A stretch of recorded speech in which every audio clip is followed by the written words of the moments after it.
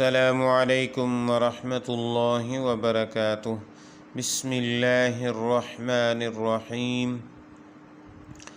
قربانی اللہ تعالیٰ کی بارگاہ میں کیسے قبول ہو؟ قربانی ایک عظیم عبادت ہے اور عبادت کی خوبی یہی ہے کہ وہ اللہ تعالیٰ کی بارگاہ میں قبول ہو جائے اور بندہ اس کے اخروی فوائد اور اجر و ثواب سے بہرہ ور ہو جائے۔ اس لیے ہر مسلمان کی یہی کوشش اور فکر ہونی چاہیے کہ وہ جو عبادت ادا کر رہا ہے وہ اللہ تعالیٰ کے ہاں قبول ہے بھی یا نہیں، کہیں کوئی ایسی غلطی اور کوتاہی تو سرزد نہیں ہو رہی جس کی وجہ سے اس کی عبادت قبول ہی نہ ہو رہی ہو۔ یہ جائزہ لینا ہر ایک کی ذمہ داری ہے۔ کتنے ہی نقصان اور خسارے کی بات ہوگی کہ ایک آدمی زندگی بھر قربانی کرے پھر بھی لیکن اس کے باوجود بھی وہ اللہ تعالیٰ کی بارگاہ میں قبولیت نہ پا سکے اور آخرت میں اس کے اجر و ثواب سے محروم رہے۔ اللہ تعالیٰ اس محرومی سے ہر مسلمان کی حفاظت فرمائیں۔ قربانی کی قبولیت کی 3 بنیادی شرائط۔ یہ بات اچھی طرح یاد رکھیں کہ اللہ تعالیٰ کی بارگاہ میں قربانی سمیت کسی بھی عبادت کی قبولیت کے لیے 3 شرائط ہیں۔ وہ عبادت ایمان کے ساتھ ہو۔ یہی وجہ ہے کہ غیر مسلم شخص کی کوئی بھی عبادت اللہ تعالیٰ کی بارگاہ میں قبول نہیں ہوتی۔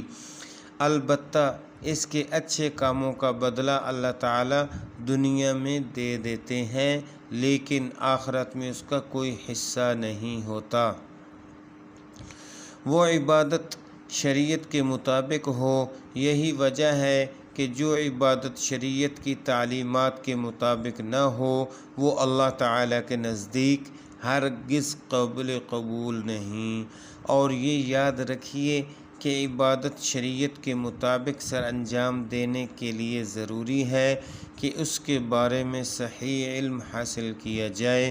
صحیح علم حاصل کرنے کے بعد ہی وہ عبادت شریعت کے مطابق ادا کی جا سکتی ہے۔ وہ عبادت اخلاص کے ساتھ ہو۔ یہی وجہ ہے کہ جو عمل لوگوں کے دکھلاوے اور ریاکاری کے لیے کیا جائے تو اللہ تعالیٰ کے ہاں اس کی قبولیت نہیں ہوتی۔ کسی بھی عبادت کی قبولیت کے لیے یہ 3 باتیں پائی جانی ضروری ہیں۔ اگر ان میں سے کوئی ایک بات بھی نہ پائی گئی تو وہ عبادت ہرگز قبول نہیں ہوگی بلکہ وہ عبادت کہلائے جانے کے قابل ہی نہیں ہوتی۔ آج ہمارا المیہ ہے کہ ہم عبادت ادا کرتے وقت ان باتوں کا لحاظ نہیں رکھتے جس کی وجہ سے زندگی گزر جاتی ہے لیکن ہمیں ٹھیک طرح عبادات کرنے کی توفیق بھی میسر نہیں آتی۔ جیسے نفل نماز ادا کرنا بہت بڑی نیکی اور اللہ تعالیٰ کے قرب کا ذریعہ ہے لیکن اگر کوئی شخص یہی نفل نماز مکروہ اوقات میں ادا کرتا ہے تو اس کو ثواب تو کیا ملے گا بلکہ الٹا گناہ ملے گا، کیونکہ مکروہ اوقات میں نفل نماز ادا کرنا جائز ہی نہیں۔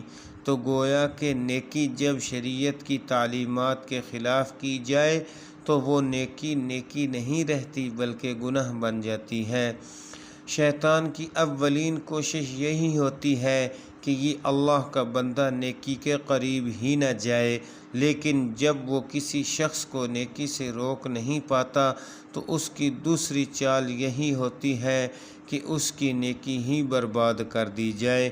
اور نیکی برباد کرنے کی ایک صورت یہ ہے کہ اس نیکی کو شریعت کی تعلیمات اور حدود کے مطابق ادا نہ کرنے دیا جائے، جبکہ دوسری صورت یہ ہے کہ اس میں ریاکاری اور نام و نمود کا جذبہ داخل کر دیا جائے۔ اس سے ان حضرات کی غلطی معلوم ہو جاتی ہے جو عبادت کرتے وقت یہ نہیں دیکھتے کہ یہ شریعت کے مطابق ہے بھی یا نہیں۔ اور اس میں ہماری نیت اخلاص کی ہے بھی یا نہیں۔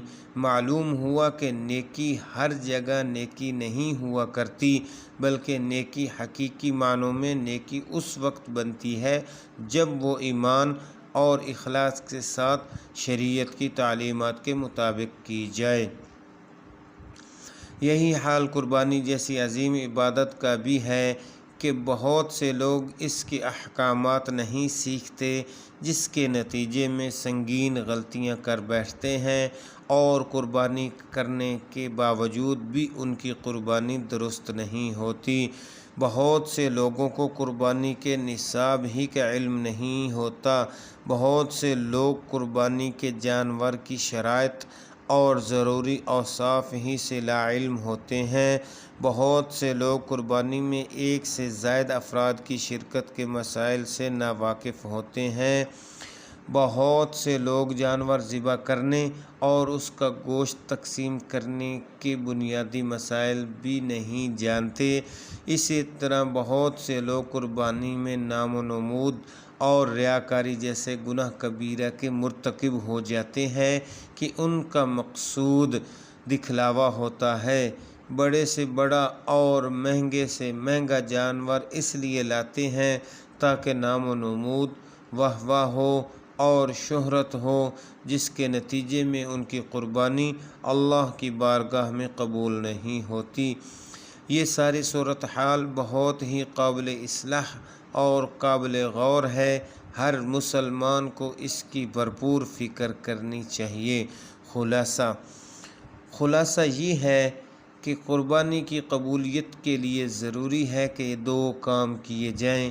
ایک یہ کہ قربانی سے متعلق تمام ضروری مسائل سیکھ لیے جائیں اور پھر انہی کے مطابق قربانی کی جائے۔ یاد رکھیے کہ احکامات سیکھے بغیر ٹھیک طرح عمل ہرگز نہیں ہو سکتا۔ دوم یہ کہ قربانی کے لیے اپنی نیت درست کی جائے کہ قربانی کا عمل صرف اللہ کی رضا کے لیے ہو، اس میں کسی قسم کا نام و نمود اور ریاکاری نہ